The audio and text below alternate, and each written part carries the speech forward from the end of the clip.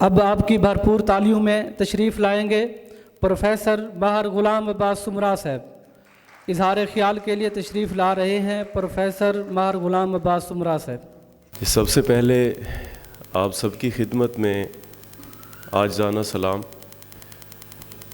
اور میرے لیے یہ خوش بختی کہ میں اپنے استاد محترم پروفیسر پرنسپل ریٹائرڈ ماہر اختر وہاب صاحب کی کتاب احساس زندگی پر گفتگو کروں گا، اور اس سے بڑی خوش بختی کہ یہ پروگرام زیر صدارت استاد محترم جناب پروفیسر شفقت بزدار صاحب کی ہے۔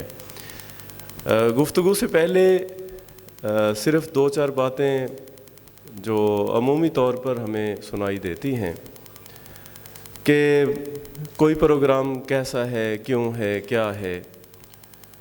تو دیکھیے، اس جہاں میں، اس دور میں کوئی ہم سے پوچھے کہ مسرت بھرے، خوشیوں بھرے لمحات کیا ہیں اور کہاں ہیں، تو میں بلا مبالغہ ان سے کہوں گا کہ ایسے لوگوں سے ملیے، ایسے لوگوں سے بات کیجئے، ایسے لوگوں سے رشتے بنائیے جو کتاب سے، علم سے، روشنی سے، لفظ سے اپنا رشتہ برقرار رکھتے ہیں۔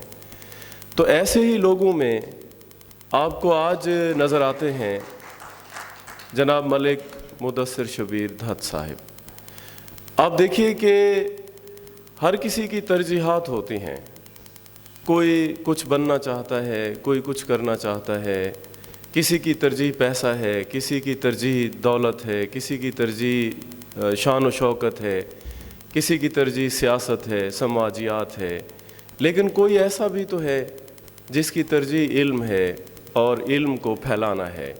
تو وہ کون ہے؟ ہم اس کی تعریف کیسے کریں گے؟ ہم اس کا تعین کیسے کریں گے؟ ظاہر ہے کہ علم سے محبت کا اظہار تبھی ہوگا جب آپ علم کی شمع ہاتھ میں تھامے آگے بڑھنے کی کوشش کریں گے۔ تو دیکھیے کہ اس جہاں میں ابھی اس وقت اس بزم میں علم کی شمع کن کے ساتھ ہے، کن کے ہاتھ میں ہے؟ تو جن کے ہاتھ میں ہے ان میں ایک نام ملک مدثر شبیر دھت صاحب کا ہے، اور انہوں نے اپنی یہ ترجیح رکھی ہے کہ میں اس علم کو، اس جہاں کو، اس دنیا کو، روشنی کو عام کر دوں، اور سب تک یہ جو ماہر اختر وہاب صاحب کے مضامین ہیں انہیں سب تک کیوں نہ پہنچا دوں۔ تو مرتب ترتیب دینا ترجیحات کا تعین ہی ظاہر کرتا ہے کہ آپ کی ترجیحات کا تعین کیا ہے۔ جیسا کہ میں پہلے گوش گزار کر چکا ہوں کہ ترجیحات ان کی علم کی جو پھیلی ہوئی کڑیاں یا پھیلے ہوئے سلسلے تھے انہیں یکجا کیا جائے، اور اس یکجائی میں وہ کامیاب رہے ہیں۔ اس لیے کامیاب رہے ہیں کہ یہ جو کتاب ہے، اس کتاب میں گزشتہ 40 یا 50 سال کا تعلیمی، علمی، ادبی سفر موجود ہے۔ اس سفر کو انہوں نے نہ صرف محفوظ بنایا ہے بلکہ ایک خاص ترتیب اور توازن کے ساتھ محفوظ بنایا ہے کہ کون سا مضمون کہاں آپ کو دکھائی دے گا۔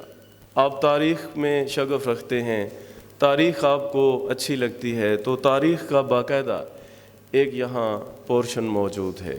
آپ کو سماجیات سے دلچسپی ہے، سماجی مضامین کی فہرست موجود ہے۔ آپ کو شخصیات پر لکھی ہوئی باتیں اچھی لگتی ہیں، شخصیات کا تعارف موجود ہے، اور ایسی شخصیات کا تعارف موجود ہے جو لیا کا تعارف ہیں، جو لیا کے لیے ایک اعزاز ہیں، جن شخصیات کی بنا پر ہی ہم لیا کو پہچانتے ہیں، تو ان کا ذکر یہاں موجود ہے۔ یہ کتاب آپ کو کیا دے سکتی ہے؟ تو یہ کتاب آپ کو زندگی سے بھرپور ایک احساس دے سکتی ہے۔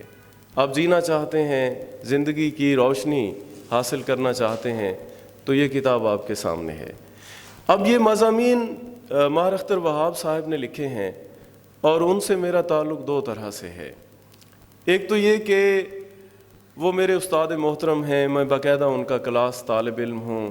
مجھے آج بھی وہ دن یاد ہیں جب وہ کلاس میں آیا کرتے تھے، تنقید پڑھاتے تھے، اور تنقید پڑھاتے ہوئے خوبصورت لب و لہجے میں وہ ہمیں یونان سے گفتگو کا آغاز کرتے ہوئے یا یونان سے متعارف کراتے ہوئے پھر لیا تک آن پہنچتے تھے، اور ہم بالکل بیٹھے ہوئے ان کی باتیں سنتے جا رہے ہیں، دلچسپی ہے کہ بالکل برقرار ہے۔ تو اس کے ساتھ ساتھ دوسرا میرا ان سے تعلق جو ہے وہ برادری کا ہے۔ وہ میری برادری کے بڑے بزرگ ہیں اور ہمیشہ محبت اور شفقت ان کی میرے ساتھ قائم رہتی ہے۔ میں ایک واقعے سے گفتگو کا آغاز کرتا ہوں کتاب کے حوالے سے۔ اختر وہاب صاحب اور ہمارے ایک بزرگ ہیں زیغم حسن سمرا صاحب، یہ دونوں ہمارے گھر تشریف لائے اور گفتگو کا آغاز ہی یہیں سے ہوا۔ مجھ سے پوچھا کہ آپ کس چک میں رہتے ہیں؟ میں نے کہا جی 144 TDA۔ بس جیسے ہی میں نے TDA کہا تو ماہر اختر وہاب صاحب TDA پر گفتگو کرنا شروع ہوئے۔ یقین مانیے کہ معلومات کا ایک خزانہ تھا۔ 2 گھنٹے ہم دیکھتے رہے اور TDA کی ساری تفصیل اور تاریخ سے ہم واقف ہو گئے۔ تو بھلا ایسا کون ہو سکتا ہے کہ جو ایک لفظ سے، جو ایک بات سے، جو ایک محض TDA پر ہی معلومات کا ایک خزانہ رکھتا ہو؟ تو وہ ماہر اختر وہاب صاحب ہیں۔ یہ کتاب اور اس کتاب میں کیا ہے، یہ کتاب آپ کو کیا کہانی سنا رہی ہے، اس کی 2-4 جھلکیاں ہی میں آپ کے سامنے پیش کرتا ہوں۔ اس کتاب میں آپ کو ایک مضمون نظر آتا ہے جس کا عنوان ہے انتہا پسندی کی جڑیں۔ اب دیکھیے انتہا پسندی کیا ہے اور انتہا پسندی کس طرح سے ایک سماج کو، ایک معاشرے کو اپنی لپیٹ میں لے لیتی ہے، اور پھر اس انتہا پسندی کی جو جڑیں ہیں وہ ہم کہاں پر تلاش کر سکتے ہیں۔ تو ماہر اختر وہاب صاحب بڑے خوبصورت انداز میں، محتاط انداز میں ہمیں یہ سمجھاتے ہیں کہ وہ جو دین کے ٹھیکیدار بن جاتے ہیں، وہ جو دین کی غلط تعبیرات کر لیتے ہیں، وہ جن کے ہاتھ میں دین نہیں آنا چاہیے تھا اور وہ دین کا علم اٹھا کر ایک دوسرے کو بلکہ سب کو ایک ہی چھڑی سے ہانکنے کی کوشش کرتے ہیں اور یہ کہتے ہیں کہ ہم سب کو ایک جیسا ہونا چاہیے۔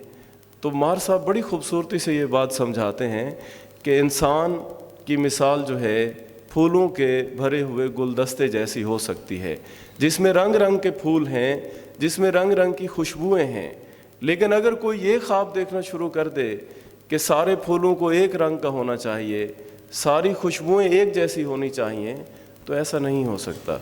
تو اختر وہاب صاحب یہ کہتے ہیں کہ انتہا پسندی یہیں سے جنم لیتی ہے کہ جب ہماری سوچ یہاں سے شروع ہوتی ہے کہ ہمیں یہ کرنا چاہیے، بس ہمیں ایک ایسا معاشرہ ترتیب دینا چاہیے بس جس میں صرف اور صرف ہم ہوں، ہماری سوچیں ہوں اور دوسری کوئی اکائی موجود نہ ہو۔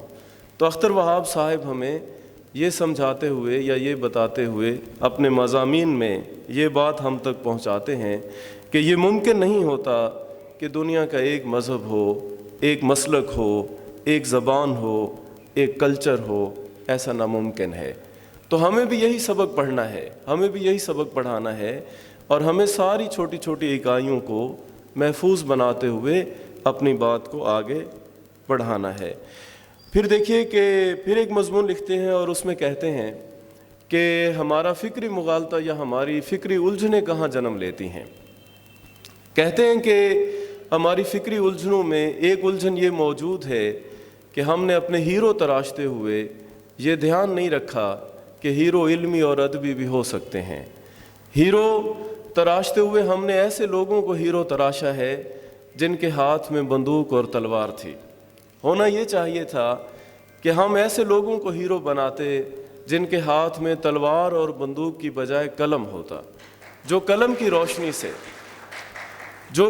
روشنی سے یہ احساس بیدار کرنے کی کوشش کرتے کہ ہمیں مارنا اور مرنا نہیں ہے، ہمیں انسانوں کو مولی اور گاجر کی طرح کاٹنا نہیں ہے، ہمیں قلم کے ذریعے اپنی بات دوسروں کے سامنے رکھنی ہے، پھر انہیں یہ آزادی دینی ہے کہ وہ اسے تسلیم کریں یا اس کی تردید کر دیں۔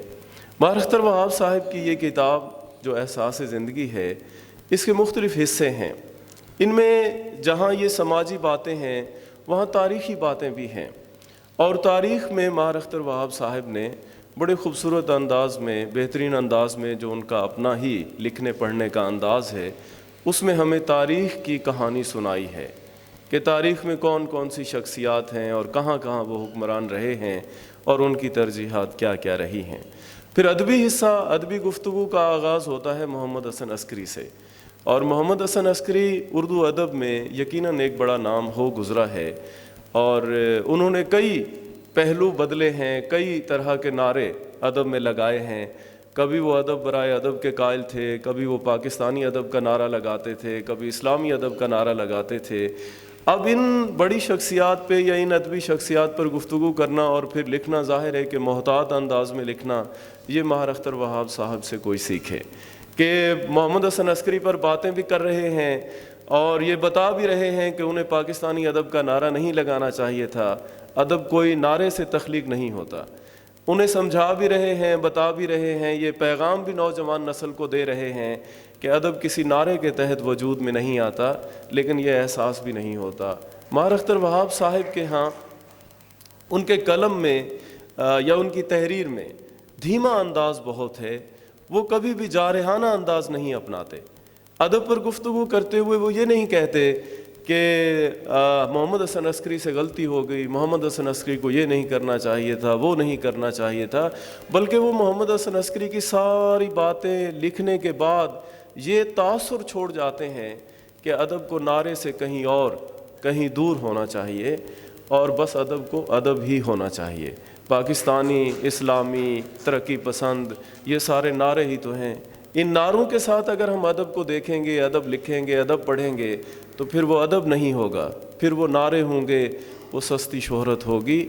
ادیب کا یہ کام نہیں ہے کہ وہ کوئی نعرہ ہاتھ میں لے یا نعرہ لگائے اور نعرہ لے کر ہی وہ آگے بڑھتا رہے، اور وہ سارے باقی ادباء اور شعراء سے یہ کہے کہ ایسا لکھو، یوں لکھو، یہ لکھو، وہ لکھو۔ یہ ساری باتیں آپ کو اس کتاب میں ملیں گی۔ تو نوجوان ادباء کے لیے بھی، نوجوانوں کے لیے بھی، اور سیاسی اور سماجی شخصیات کے لیے بھی، تاریخ سے دلچسپی رکھنے والے لوگوں کے لیے بھی یہ کتاب بہت زیادہ مفید ہے۔